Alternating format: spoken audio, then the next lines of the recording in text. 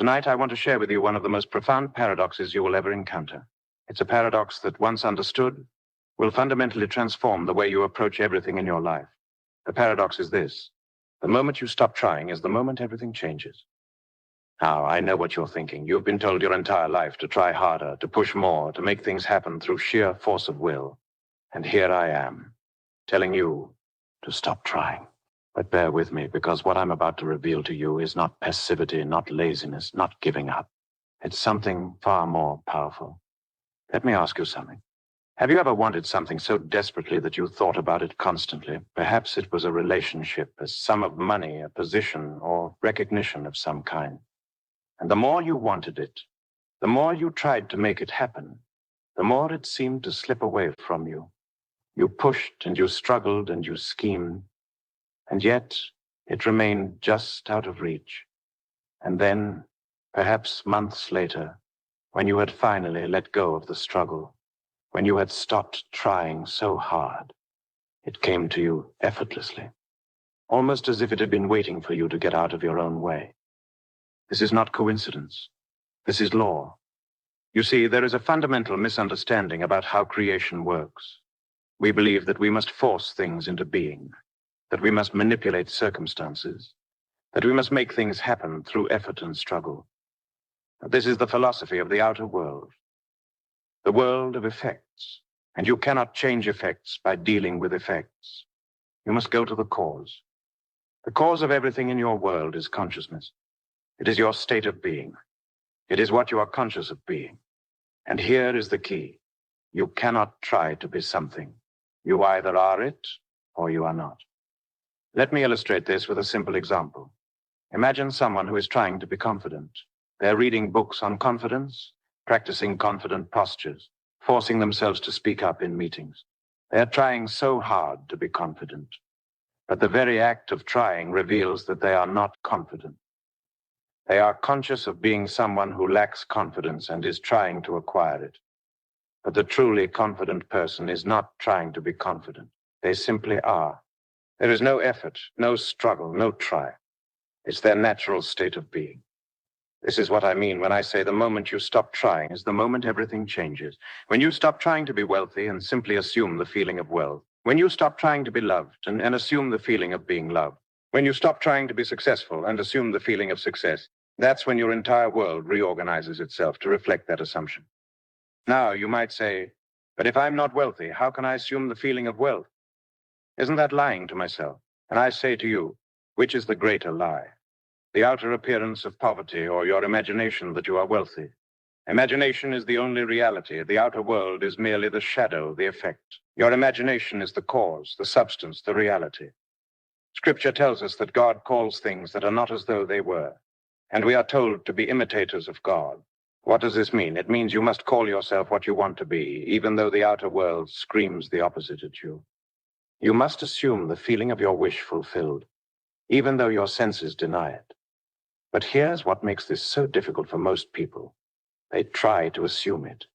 They strain and struggle to feel wealthy or loved or successful. And in that trying, they affirm that they are not these things. The trying is the problem. Let me share with you a story. There was once a woman desperate for a change in her circumstances. She was in debt. Her marriage was failing. She felt completely stuck. She had been trying everything: affirmations, visualizations, action plans. She was exhausted from trying. Someone told her what I'm telling you tonight. Stop trying. Instead, simply assume that your desire is already fulfilled. Not that it will be fulfilled. Not that you're working toward it, but that it is accomplished. Live from that assumption and see what happens. She thought this advice was madness. How can I assume I'm financially free when bills are piling up? How can I assume my marriage is wonderful when my husband barely speaks to me? The answer was this: do not look at the outer circumstances. They are nothing but the residue of yesterday's assumptions. Today, you are planting new seeds through your assumptions. And you must be willing to let the old crops die without mourning them. Assume the feeling of your wish fulfilled before you go to sleep. Wear that feeling like a garment. And most importantly, stop trying to make it happen. 6 months later, everything had changed.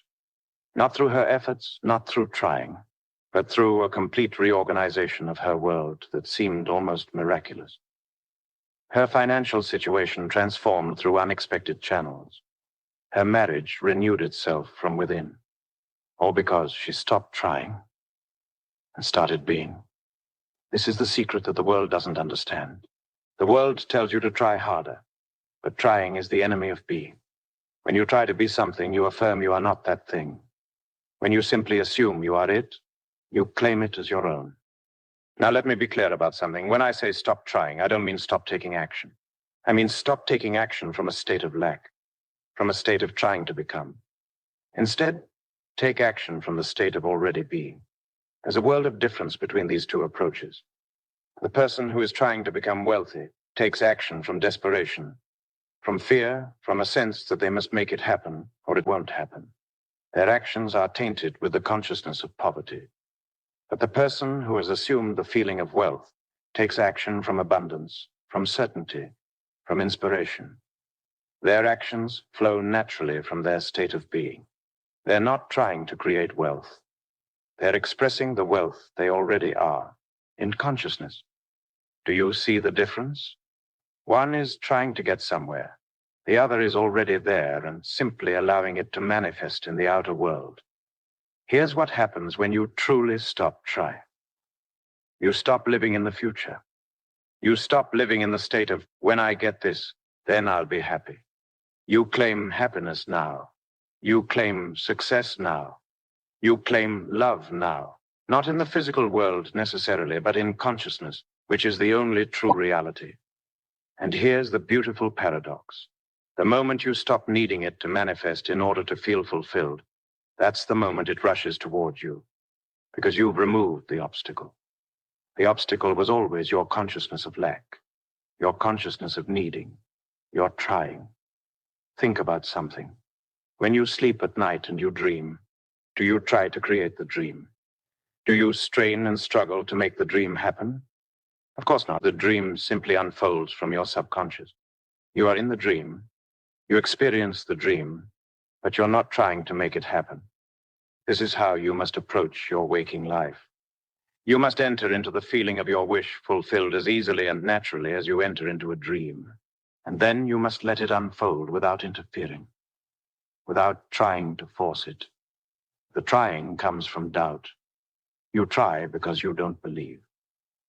If you truly believed, if you truly knew, would you try? Would you strain and struggle? Of course not. You would simply be and allow the manifestation to take care of itself. Let me tell you about assumption. Assumption is not hoping, it's not wishing, it's not even believing in the traditional sense. Assumption is living from the end. It's putting on the feeling of your wish fulfilled like you put on a coat. And then you move through your day wearing that coat, regardless of what the outer world shows you. When you assume something, you don't react to contrary evidence. You don't try to convince yourself. You simply persist in your assumption. And here's the remarkable thing. The outer world has no choice but to conform to your assumption. It's law. It's not a matter of if, but when. But the moment you start trying to make it conform, the moment you start looking for evidence, checking to see if it's working, trying to force circumstances to align, that's the moment you've stepped out of the assumption and back into the state of lack. This is why I say, the moment you stop trying is the moment everything changes. Because trying is the hallmark of the ego, of the outer man, of the self that believes it must manipulate and control the world. But assumption is the activity of the true self, the I am, the God within you that creates simply by being. Now, how do you make this practical? How do you actually stop trying and start being? Let me give you a technique that is so powerful yet so simple. Before you go to sleep at night, when you're in that drowsy state, construct a short scene that would imply your wish is fulfilled. Not a scene of you getting what you want, but a scene that would naturally occur after you have what you want. See it clearly, feel it real, and loop it in your mind until you fall asleep. And here's the crucial part. Don't try to make it happen during the day. Don't try to force circumstances. Don't strain to feel it every moment. Simply go about your day naturally and trust that the seed you have planted in sleep will germinate and grow without your interference. This is what I mean by stopping trying. You plant the seed, and then you let it grow. You don't dig it up every day to see if it's working. You trust the law. The great mystics and teachers throughout history have all pointed to this truth in different ways. Jesus said, "Therefore I tell you, whatever you ask in prayer, believe that you have received it, and it will be yours." Not believe that you will receive it, believe that you have received it. Present tense. Already done. He also said, when you pray, go into your room, close the door, and pray to your Father who is in secret. What is this secret place? It's consciousness. It's imagination. It's the inner world where creation takes place. You don't try to create in the outer world. You create in secret, in consciousness, and then you let the outer world reflect it. This principle has transformed countless lives. People have changed their health, their finances, their relationships, their entire lives, simply by stopping the struggle and assuming the state of their wish fulfilled. But some people fail with this teaching. And do you know why they fail? They try to make it work. They strain to visualize. They force themselves to feel. They check constantly to see if it's manifesting. They've turned a simple, natural process into another form of trying. The truth is, you don't need to try to imagine. You imagine all day long without effort. You don't need to try to feel. You feel all day long without effort. What you need to do is redirect your imagination and feeling toward your desire instead of toward your current circumstances. And the beautiful thing is, once you truly understand this, it becomes effortless. You stop trying because you realize trying is counterproductive. You assume your wish fulfilled not through strain, but through gentle, persistent return to the feeling of it. Let me give you another example. Suppose you desire a loving relationship. The person who tries to create this relationship goes on dating apps with desperation, analyzes every interaction, tries to be more attractive, more interesting, more lovable. They're broadcasting, "I am unloved," and trying to become loved with every action. But the person who assumes they are loved doesn't try to create love. They simply feel loved.